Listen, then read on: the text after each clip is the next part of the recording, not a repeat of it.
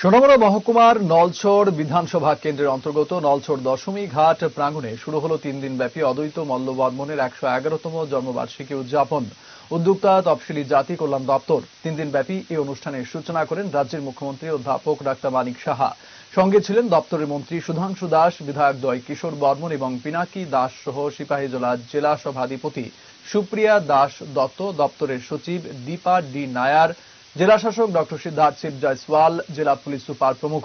অনুষ্ঠানে উদ্বোধকের ভাষণে মুখ্যমন্ত্রী কালজয়ী ঔপন্যাসিক অদ্বৈত মল্ল বর্মনের জীবনী তুলে ধরেন। একই সঙ্গে রাজ্যের যুব সমাজকে দেশ এবং রাজ্যের এই কৃতি মহামানবদের জীবনের ইতিহাস চর্চা করার আহ্বানও করেন মুখ্যমন্ত্রী।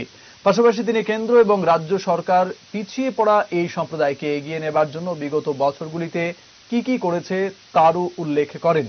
3 দিনব্যাপী এই অনুষ্ঠানকে কেন্দ্র করে চলবে নানা সাংস্কৃতিক অনুষ্ঠান।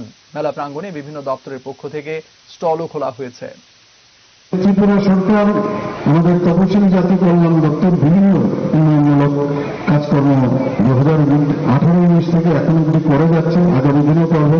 আমাদের মাননীয় মন্ত্রী বাহাদুর বলেছেন যে এই যদি বিভিন্ন যেসব মেডিকেল থেকে আরম্ভ করে হোক, ডেন্টাল হোক, সব জায়গায় কিভাবে সাহায্য করবে তারও একটা মোটামুটি একটা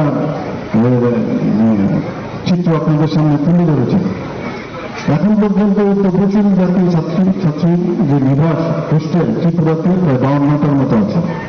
শুধু তাই নয়, এই ছাত্রছাত্রীর সংখ্যা প্রায় 6,000-এর উপরে আছে, এখানে প্রায় 7,000 ধরুন, এবং তাদেরকে বৃত্তি স্টাইপেন্ড দেওয়া হয় এবং প্রায় 10 কোটি টাকার মতো তাদেরকে স্টাইপেন্ড এখন অব্দি দেওয়া হয়েছে।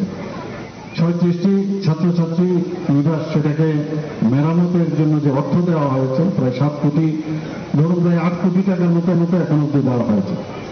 32টি ছাত্রছাত্রী নিবাসে আসবাবপত্র থেকে আরম্ভ করে যা বাসনপত্র, সেগুলোর জন্য প্রায় 3 কোটি টাকার মতো খরচ করা হয়েছে। এখানে অলরেডি বলা হয়েছে, তবু আমি বলছি প্রাক মাধ্যমিক বৃত্তি, এটা আমাদের স্টেটেরই প্রকল্প। সেখানে এখন পর্যন্ত প্রায় 1,25,000-এর উপরে যারা তপশিলি জাতিভুক্ত ছাত্রছাত্রীরা আছেন তাদের জন্য প্রায় 6 কোটি টাকার মতো খরচা করা